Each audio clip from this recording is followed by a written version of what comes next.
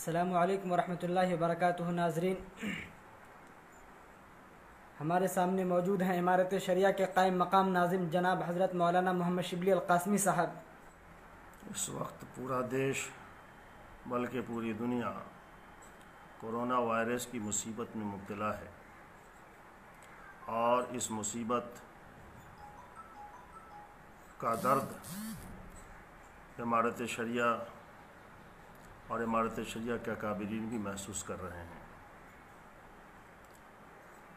اس مرض نے جس طریقے سے سارے لوگوں کو بے چین کیا ہے، اس بے چینی کا احساس ہم سب کو ہے۔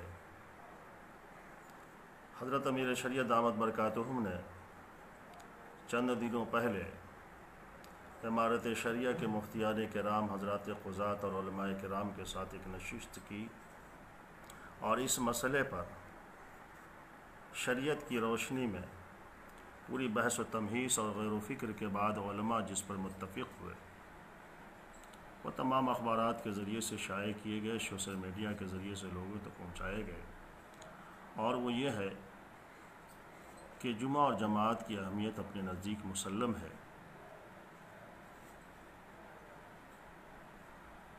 موجودہ حالات میں جس میں حکومت کی طرف سے بھی، ماہر اطباء اور ڈاکٹرز کی طرف سے بھی واضح ہدایت ہے کہ اس مرض سے نجات پانے کے لیے واحد شکل ہے کہ لوگ اجتماعات اور بھیڑ بھاڑ کی جگہوں سے بچیں۔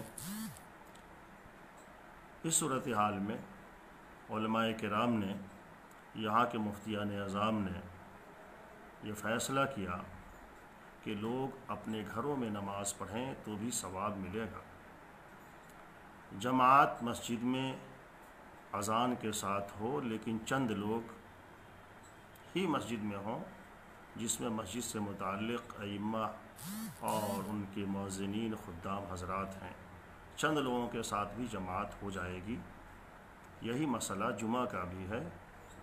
جمعہ کی جماعت بھی مختصر لوگوں کے ساتھ، چند لوگوں کے ساتھ مسجد میں ادا کی جائے، بقیہ سب لوگ اپنے گھروں میں ظہر کی نماز ادا کر لیں، تاکہ ہم سب مل کر کے اس وبا کے خاتمے کی فکر کر سکیں، اور حکومت، ماہر اطباء اور ڈاکٹرز اور پوری دنیا کے جو اہم لوگ ہیں، اہم شخصیات ہیں، فکر مند لوگ ہیں، جو کہہ رہے ہیں کہ بھیڑ بھاڑ کی جگہوں سے بچیں، ہمارا فرض بنتا ہے کہ ہم اس کا تعاون کریں، اور امارت شریعہ اس سلسلے میں مستقل صحت کے اعتبار سے بھی حضرت امیر شریعت دعوت برکاتہم کی ہدایت کے مطابق لوگوں کو راہیں بتا رہی ہیں کہ کس طریقے سے زندگی ان حالات میں گزارنا ہے، اپنے گھروں میں کس طریقے سے رہنا ہے۔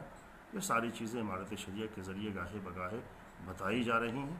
ہم تمام لوگوں سے گزارش کرتے ہیں کہ ہم لوگ تمام احتیاطی تدابیر پر سختی کے ساتھ عمل کریں، اپنے آپ کو گھروں میں بند رکھیں، اور بلا ضرورت شدیدہ کے گھروں سے باہر نہ نکلیں۔ مسجد میں اذان ہوتی رہی ہے، ہوگی، جماعت بھی ہوتی رہی ہے، ہو رہی ہے، ہوگی، لیکن چند افراد ہی اگر اس عمل کو کر لیں تو